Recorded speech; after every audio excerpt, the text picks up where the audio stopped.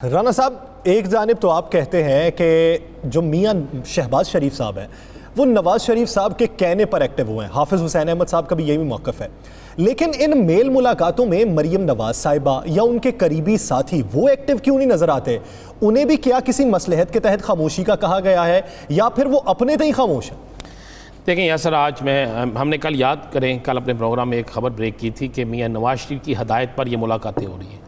आज तमाम TV channels पे भी वही चला रहे हैं। आज हाफिज हुसैन अहमद साहब ने भी इसकी तस्दीक कर। आज मैं आपको एक और ब्रेक कर देता हूँ खबर। मेरी इतला के मुताबिक जो मुसद्दक़ा इतला है, पहले मियां नवाज शरीफ की ये हदायत आई कि ये मीटिंग जो शहबाज शरीफ की मीटिंग है इसे जाती उम्रा में किया जाए, और जाती उम्रा में इस मीटिंग के हवाले से इंतज़ामात भी होने शुरू हो गए। लेकिन वहाँ पर फिर ये फ़ैसला जाती उम्रा में मीटिंग के हवाले से मरियम ने वाज़े कहा अपने वालिद से कि अगर ये जाती उम्रा पे आके मीटिंग करेंगे तो फिर उस मीटिंग में मैं भी बैठूंगी और फ़ैसले मेरे होंगे, और जो मेरे साथ टीम बैठेगी वो भी मेरी टीम होगी।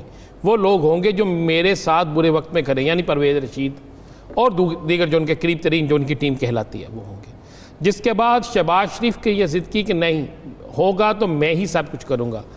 इन तमाम सारी चीज़ों पे काफ़ी जब टाइम गुजर गया तो उसके बाद फैसला हुआ कि मियां मोहम्मद चौहान साहब की जो बात है वो सही, बिल्कुल दुरुस्त बात है। फिर और फैसला हुआ कि मियां शहबाज शरीफ जो है उनकी रिहाइश कहाँ पर मीटिंग होगी।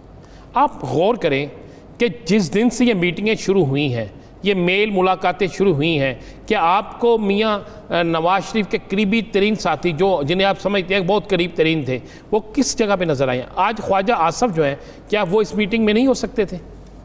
परवेज़ रशीद को क्या इस मीटिंग में नहीं होना चाहिए था? शाहिद हकान अब्बासी को इस्लामाबाद की मीटिंग से ज़्यादा क्या इस लाहौर की मीटिंग में नहीं होना चाहिए था? होना चाहिए था। अगर एहसन इकबाल आ सकते हैं या अगर कोई और आ सकता है, मरियम औरंगज़ेब आ सकते हैं, तो इन लोगों को नहीं होना चाहिए था? क्या इस मीटिंग में, आज की मीटिंग में राना सनाउल्लाह को नहीं होना चाहिए था? आप गौर करें कि बहुत ज़्यादा लोग जो बिल्कुल फ्रंट पे आके अब मुस्तकबिल एपीसी का क्या दिखाई दे रहा है? देखिए पाकिस्तान मुस्लिम लीग नून के किरदार के वाले, देखिए मुस्लिम लीग नून का मैं आपको बिल्कुल क्लियर कर दूं, मरियम नाराज़ हैं। मियां नवाज शरीफ जो हैं वो चाह रहे हैं सियासत चलती रहे। मियां नवाज शरीफ की हदायत के हवाले से अब ख़ुद मुख्तलिफ़ सियासी जमातों के रहनुमा जो हैं उनकी तस्दीक कर रहे हैं। लेकिन जो मरियम है वो उसी सूरत में आगे आना चाहती है कि अगर क़यादत उसके हाथ में हो, कमेटियों में मुशावरत में बैठने वाले लोग उनके हों। आपको याद होगा यासर, पिछले दिनों जब पहली एक ऑल पार्टीज़ कॉन्फ्रेंस हुई थी और उससे पहले एक मुलाकात हुई थी, मरियम और शहबाज शरीफ इकट्ठे गए थे, याद होगा आपको?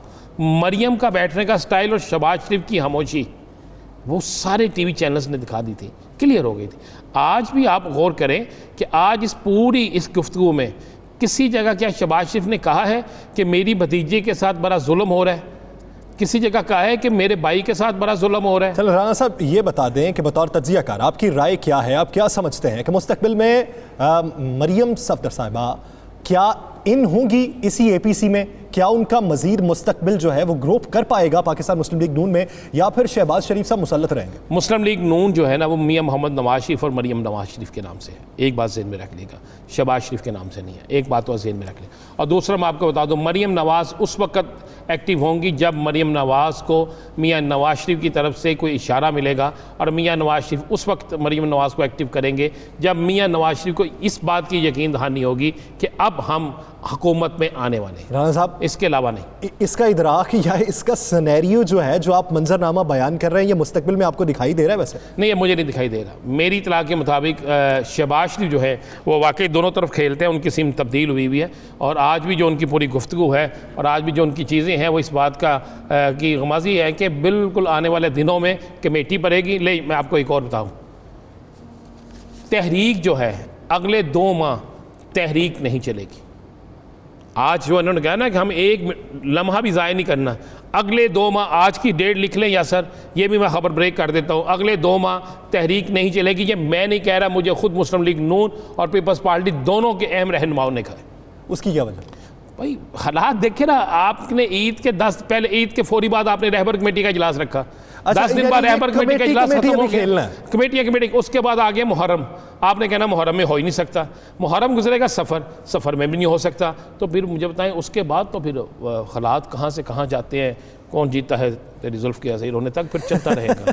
तो यानी फिल वक्त कोई तहरीक दिखाई नहीं दे रही। अभी कमेटी तश्कील पाएगी, कमेटी जो फैसले करेगी उस हिदायत की रोशनी में नए फैसले होंगे, फिर हिकमत अमली बनने के बाद फिर जो फैसला होगा। और एक और बताता चलो, जो तमन्ना, आरजू और अपना इरादा लेकर मौलाना फजल रहमान आए हैं कि सारा सिस्टम समेटा जाए, असम्बलियाँ ख़त्म हो जाएं, नए इंतखाबात हों, ये किसी सूरत में भी बिलावल भुट्टो को, और किसी सूरत में भी मैं फिर बार बार कह रहा हूँ, किसी सूरत में भी नहीं मंजूर उसको मियाँ मोहम्मद शहबाज शरीफ को।